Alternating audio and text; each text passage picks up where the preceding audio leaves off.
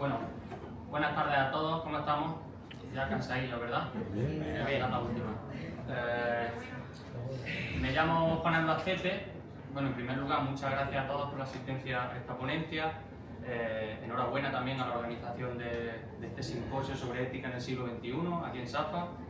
Para mí es un placer estar aquí, volver a casa, porque yo considero SAFA como mi casa. Yo he estudiado aquí desde los 6 hasta los 18 años.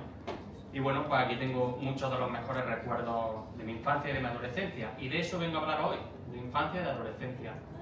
De cómo proteger la infancia y la adolescencia de nuestros jóvenes en la era digital, ¿vale? Con esta presentación que hemos titulado El principio de precaución y la tenencia temprana del smartphone, y que he preparado junto a mi compañero Xavier Casanova, del IQS de la Universidad Ramon Llull de Barcelona, que es donde trabajamos. Bueno, vamos al lío porque creo que hay poco tiempo. Vale, primero de todo, ¿qué es eso del principio de precaución? Bueno, el principio de precaución tiene su origen en el ámbito medioambiental, cuando en la segunda mitad del siglo pasado se empezó a proponer este principio como respuesta a diferentes problemáticas medioambientales, como por ejemplo la protección de los mares, de los océanos, la gestión de la pesca intensiva, la protección de la capa de ozono, etc., ¿no? De hecho, hoy en día es considerado como uno de los principios rectores de la política medioambiental de la Unión Europea. ¿Se me escucha bien, no? ¿Sí? ¿Sí? Vale. Entonces, ¿qué dice ese principio de precaución? Esta es la parte un poco más teórica de la charla, voy a pasar rápido, ¿vale? Vamos para acá. Dale el teclado. Vale, pues dice más o menos lo siguiente: cuando una actividad amenace con daños para la salud humana o el medio ambiente, deben tomarse medidas precautorias, aun cuando no haya sido científicamente determinada en su totalidad la posible relación de causa y efecto. O dicho de otra manera, los problemas ecológicos y sanitarios, sobre todo los problemas graves, yo aquí añadiría los problemas que atañen a los niños, a los adolescentes, a los menores de edad, hay que preverlos de antemano e impedir que lleguen a producirse, ya que muchos de ellos pueden ser irreparables a posteriori, ¿no? Entonces, un poco el principio de precaución nos viene a decir lo que ya dice nuestro refrán, ¿no? Eso de mejor, ¿no? Más vale prevenir que curar, ¿verdad? Vale. Entonces tenemos nuestro principio de precaución, que suele resumirse con la máxima de los beneficios especulativos no deberían eclipsar preocupaciones reales, pero lo que ocurre es que este principio de precaución entra en disputa con otro principio, el principio de innovación, que dice prácticamente lo contrario. Las preocupaciones especulativas no deberían frenar beneficios concretos. Bueno, entonces, esto, como veis, pues representa, ¿no? El confrontamiento entre estos dos principios representa un debate ético, filosófico muy interesante, pero no tenemos tiempo para entrar en ello. De lo que sí tenemos tiempo es de leer estas palabras de estos autores que resumen un poco el choque entre estos dos principios, ¿no? Dicen: el principio de innovación asume que en la mayoría de innovaciones los beneficios superan a los riesgos y que los gobiernos deben fomentar la innovación y solo actuar cuando hay evidencia, otra vez aquí el tema de la evidencia científica, de problemas específicos que deben ser abordados de forma focalizada y nunca imponer de forma preventiva barreras que puedan frenar la innovación, el crecimiento económico y la ventaja competitiva. Por tanto, para los defensores de este principio de innovación, pues esa acción preventiva sobre ciertas problemáticas solo estaría justificada cuando ya haya una evidencia científica, pues, definitiva, concluyente sobre los riesgos y las causas de dichas problemáticas, ¿vale? Y hay quien no opina así, ¿no? Fijaos. Esto es de un policy brief de UNICEF del año pasado. Dicen: cuando una acción o producto pueda causar daño pero aún no se han establecido pruebas científicas, los gobiernos pueden aplicar el principio de precaución para proteger los derechos de los niños en el entorno digital, ¿no? Es decir, para empezar a aplicar este principio de precaución no es necesario tener unas pruebas científicas concluyentes, definitivas, sobre los posibles perjuicios de una determinada acción de un determinado producto, ¿no? Es decir, el principio de precaución debe empezar a aplicarse antes de que esto ocurra, ¿no? Como su propio nombre indica, ¿verdad? Y esto es importante porque precisamente esta es la fase en la que nos encontramos en cuanto a la evidencia científica que tenemos hoy en día sobre el tema que nos atiende, ¿no? Es cierto que no tenemos pruebas científicas concluyentes, definitivas, sobre el daño que puede estar ocasionando el uso del smartphone en la salud mental de los niños y de los adolescentes, ¿vale? Y no las tenemos principalmente porque, como sabéis, pues es muy difícil llevar a cabo en estos temas pues estudios que demuestren causalidad, como diseño experimental, RCT, estudios longitudinales, Además, en este tema en específico es aún más difícil porque estamos tratando de medir el efecto que produce un dispositivo cuyo uso está tan normalizado, tan expandido como lo es el smartphone, ¿verdad? Entonces, es cierto, no tenemos pruebas científicas concluyentes, definitivas, pero lo que sí que tenemos es una gran cantidad de indicios, ¿no?, que parecen apuntar a que el uso del smartphone, de las redes sociales, de los videojuegos online, pues podrían estar detrás del deterioro que estamos observando en la salud mental de los jóvenes de hoy en día, ¿no? Fijaos en estos gráficos, no sé si se ve bien, regular, ¿no? Bueno, me gusta porque está, no sé si se ve aquí señalada una franja en gris, ¿vale?, que indica los años, este es 2010, ¿vale? 2010, 2015, 2020, indica un poco los años en los que el smartphone, el móvil con conexión a internet, apareció en nuestras vidas y en la vida de los niños y de los adolescentes, ¿vale? Y si os fijáis, bueno, qué subida, ¿no?, a partir de este año 2010 aproximadamente, pues en cuanto a episodios depresivos, autolesiones, problemas de salud mental, ansiedad. Y bueno, estos patrones los observamos también pues, en una de las derivadas más preocupantes de todo este tema, que es el tema del suicidio, que además es un tema tabú. Estos son cifras de suicidios en menores de 20 años en nuestro país, ¿vale? Y si os fijáis, bueno, no lo veis, pero este es justo el año 2010 también, ¿no? En 2010 es cuando observamos ese punto de inflexión, ese cambio de tendencia, ¿vale? Pero es que además tenemos indicios de la posible correlación entre esta tenencia temprana del smartphone y la salud mental, ¿vale? Ya hay estudios que han observado una correlación entre la edad a la que se recibió el primer smartphone y el desarrollo de problemas de salud mental en la adultez joven, ¿no?, como en el caso de este estudio. Y bueno, si observáis, bueno, aquí está la edad a la que se recibió, las puntuaciones, ¿no?, medidas con una escala estandarizada de salud mental. Y bueno, cuanto antes se recibió el primer smartphone, peor salud mental en un futuro, ¿no?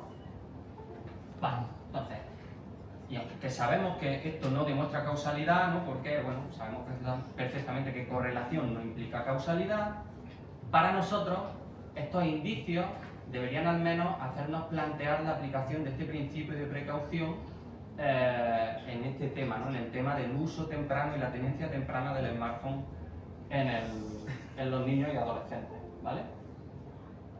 Bueno, vamos a ver.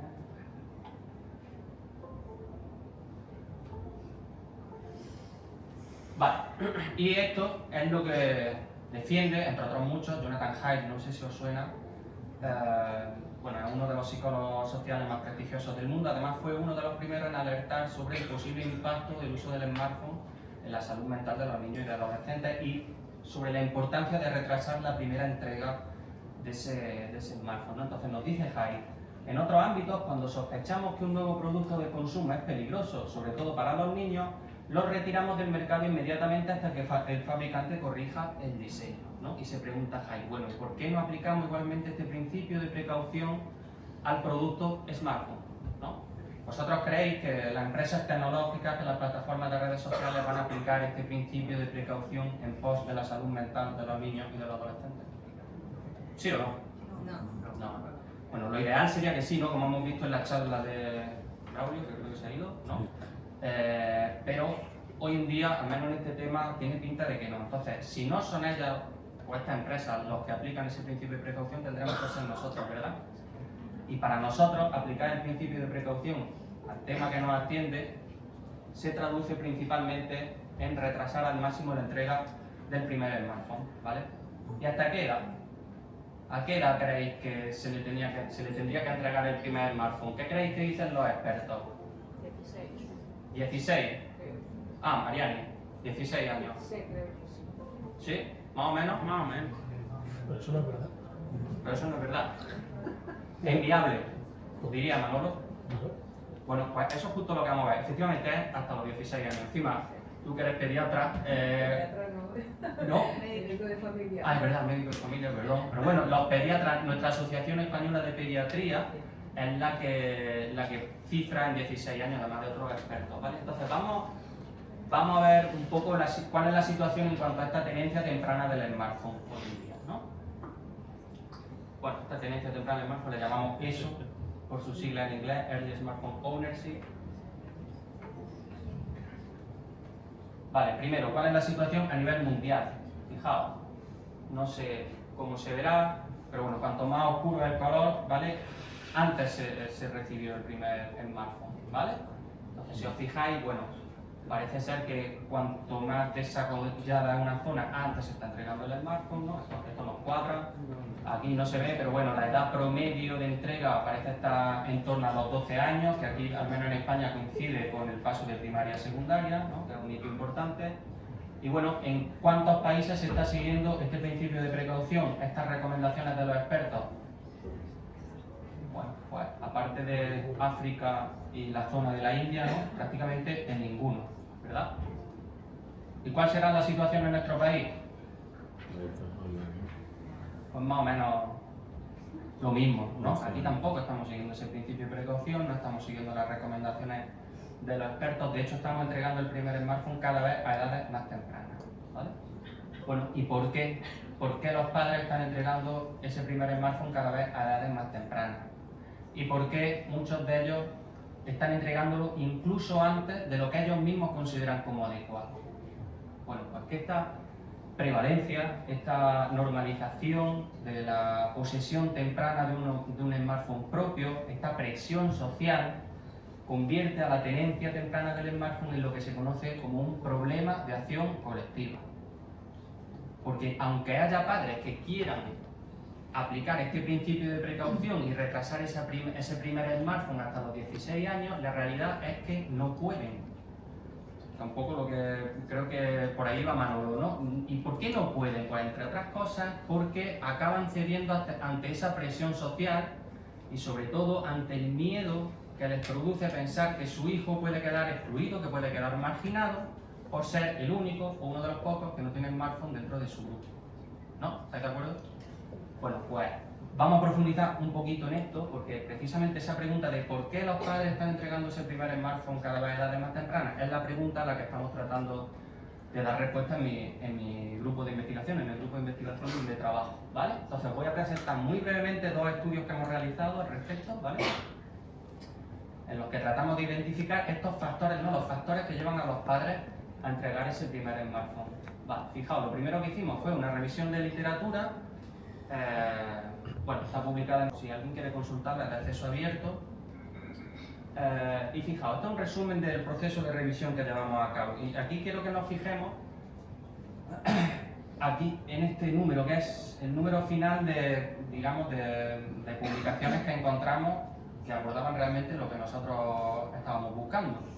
Entonces, si os fijáis, de las más de 2.000 publicaciones que revisamos sobre uso y tenencia temprana del smartphone en niños y adolescentes, solo 8 trataban de identificar estos factores de por qué los padres entregan este primer smartphone. Es decir, solo 8 abordaban el tema, digamos, con una óptica preventiva o retrospectiva, ¿no? Entonces, encontramos muchísimas publicaciones sobre consecuencias, sobre riesgos, sobre prevalencia, sobre uso problemático, sobre paliativo, ¿vale? Muchísimas publicaciones sobre lo que sucede después de que ya se haya dado ese primer smartphone y, sin embargo, muy poca evidencia sobre lo que sucede antes, ¿no? Es como si en investigación tampoco estuviéramos adoptando esa actitud preventiva y anticipadora que propone el principio de precaución, ¿vale? Bueno, estos son los factores que identificaban estos 8 estudios y fijaos, el prevalente, ¿no? El factor más importante que identificamos era esa presión social, ese miedo a la exclusión social, además de pues, algunas características del hogar, por ejemplo, no ser un hijo único, ¿no? Tener hermanos, por eso de heredar el móvil del hermano mayor, padres separados, la madurez percibida por los padres y la preocupación por la seguridad, por el contacto, por saber la geolocalización de tu hijo cuando no está contigo, ¿no? Esto nos suena, ¿no? Realmente, vale, no lo podíamos imaginar. Bueno, y ahora estamos en un segundo estudio, que es un estudio empírico en la ciudad de Barcelona, en el que también vamos a la búsqueda de estos factores.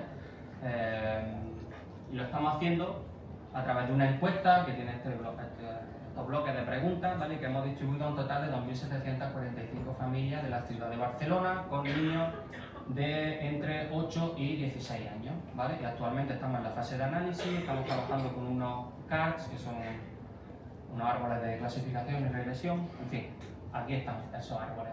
Entonces, no tengo tiempo para explicar cómo se interpretan, simplemente deciros que nos están permitiendo identificar estos factores asociados a la tenencia temprana del smartphone, ¿vale?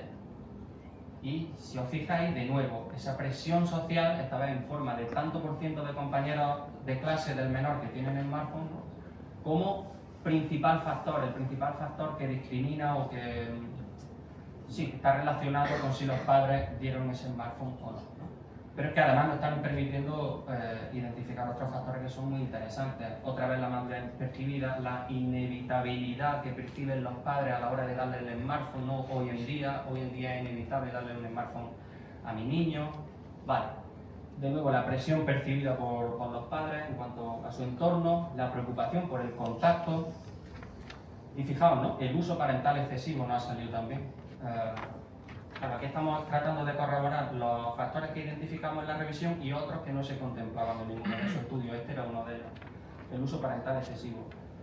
Y también tenemos pues, un árbol, tenemos desagregados por edad, ¿no? Fijaos, para los menores de 12 años esa presión social sigue siendo el factor predominante, seguida de esa preocupación por el contacto, también nos cuadra, ¿no? Pero conforme vamos avanzando ya van cambiando esos factores. Fijaos, ya aquí la preocupación por el contacto pasa a primer lugar, en fin, madurez percibida, locus of control, etc. ¿Vale? Bueno, y queríamos terminar con esta última diapositiva en la que tratábamos de enlazar un poco nuestros resultados, nuestro tópico de investigación con la temática del simposio, bueno, proponiendo una serie de retos o cuestiones éticas que tenemos que abordar en lo que resta de siglo, ¿no? Entonces creo que no tenemos mucho tiempo. Si me permitís voy a leer solo la última, ¿vale? Porque es que está muy relacionada con la cátedra de Adela Cortina que tenéis aquí en SAFA, ¿no? Y es que, bueno, pues yo creo que Adela nos diría que en este tema que pongamos especial atención a los más desfavorecidos, ¿no? A los más rezagados, a los pobres, ¿verdad? Y bueno, en este tema, como en otras tantas problemáticas sociales, los pobres son los que peor salen parados, ¿vale? Ya hay evidencia de que los niños, los adolescentes de familias, digamos, con un bajo nivel socioeconómico, pues son los que más riesgo tienen a desarrollar un uso problemático del smartphone, donde se observa un mayor uso excesivo, un mayor tiempo de uso, una edad de entrega menor, ¿no? Entonces, bueno, pues decíamos, ¿cómo evitar esto, ¿no? ¿Cómo proteger a los menores más vulnerables ante la tenencia temprana del smartphone y sus riesgos asociados? Bueno, pues muchas gracias.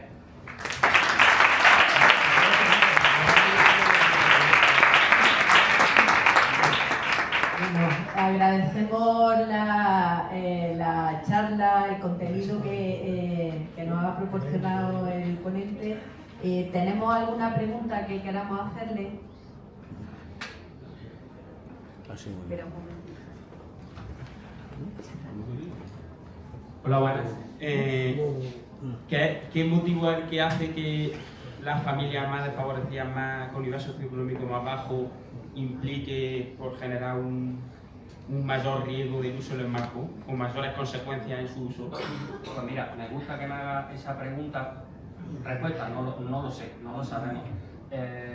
¿Por qué pasa? Que en nuestra muestra tenemos una gran muestra, casi 3.000 personas, pero nos fue muy difícil que contestaran precisamente ese núcleo poblacional, ¿no? Con menos ingresos, estaban menos motivados. Entonces, la muestra que tenemos de esa franja, ¿no? de esa población es muy reducida, entonces no podemos sacar conclusiones de lo que me pregunta, y por eso mismo es como el follow-up.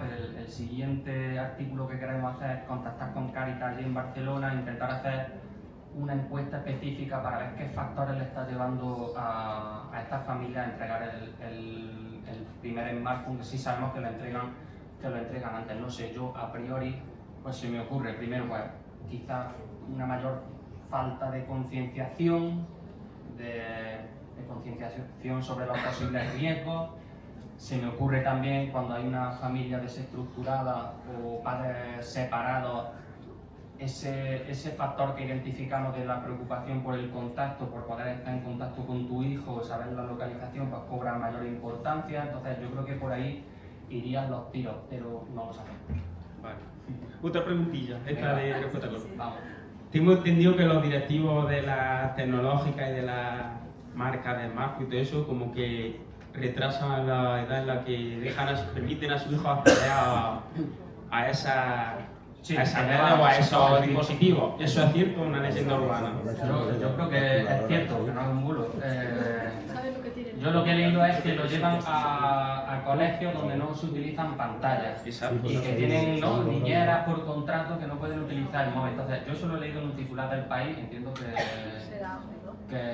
es verdad.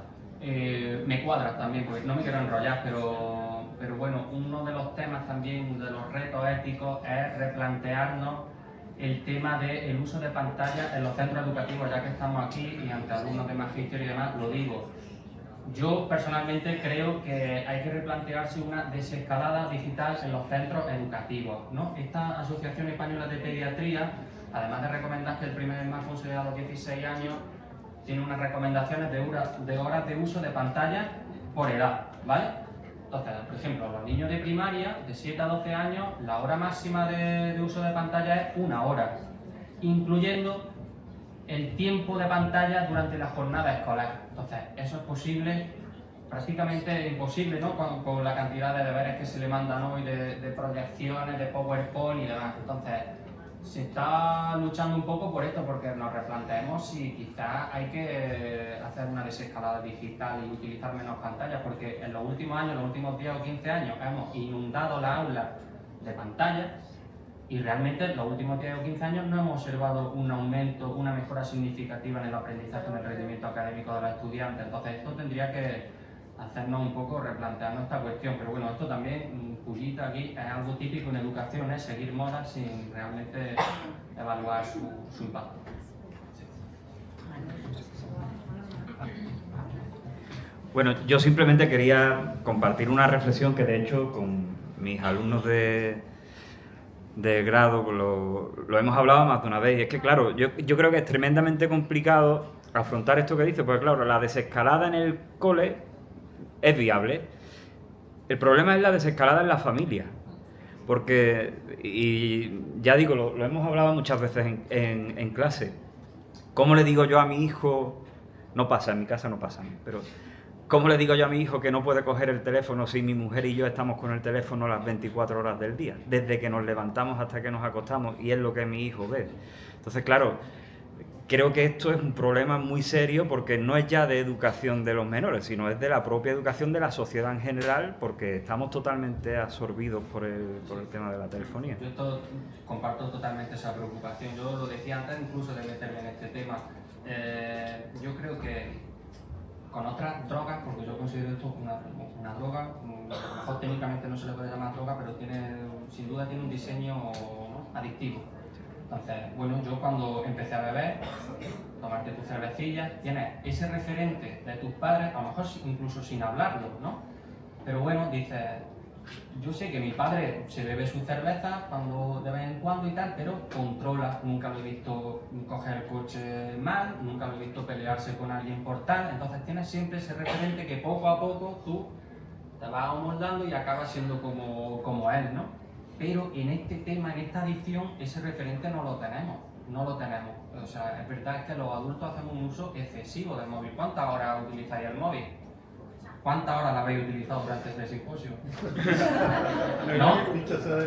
Tenemos que ser sinceros, ¿verdad? Entonces, porque hay muchos padres que dicen, bueno, no, es que el problema no es el móvil, es el uso que haga el móvil, del móvil el niño. Bueno, es que tenemos que tener en cuenta ¿qué nos hace controlar el uso del móvil? ¿Qué parte del cerebro? Esta, ¿no? La corteza frontal, ¿verdad? ¿Y qué pasa? ¿Cuál es el problema? Esa corteza frontal, lo sabréis, se termina de desarrollar ¿cuándo? A los 25 años, a los 30 años, ¿vale? Un niño con 12 años, literalmente es que no puede hacer un uso moderado de estos dispositivos. Y eso lo sabemos nosotros, los adultos, ¿no? Que es que a nosotros nos cuesta. Yo estoy todo el santo día dando la tabarra con esto y trabajo de esto y estoy todo el día leyendo de esto y yo me tengo que poner límites. solo tengo Facebook, pero yo me pongo límites porque es que si no es muy difícil. Entonces, comparto que esto tiene ese aliciente, ¿no? que lo hace más complejo todavía este tema, ¿no? Aparte de lo que os digo también, el hecho ya de dárselo o no dárselo, es que no es una decisión tampoco parental, libre, no, es que depende mucho de tu entorno, y si todos lo tienen, yo entiendo perfectamente que los padres digan, bueno, sé que es malo, pero se lo doy porque yo no quiero ver a mi hijo marginado. Tiene que ser muy duro, ¿no? Ver a tu hijo excluido, marginado, y acaban cediendo, ¿no? Entonces por eso se están poniendo iniciativas, con esto termino, de un poco ponernos de acuerdo, que la solución a este problema de acción colectiva tiene que ser una acción colectiva, ¿vale? Que los padres digan, oye, vamos a ponernos de acuerdo en esta clase, y de los 30 que estamos, si 15 estamos de acuerdo en seguir este principio de precaución, vamos a firmar un pacto, y ya nuestro hijo no nos podrá decir que soy el único que no tiene. No, yo sé que hay otros 14 en la clase que no lo tienen. Entonces, hay iniciativas como esta, sí. Tendremos que seguir trabajándolo en próximas ediciones, ¿no? Sí, claro.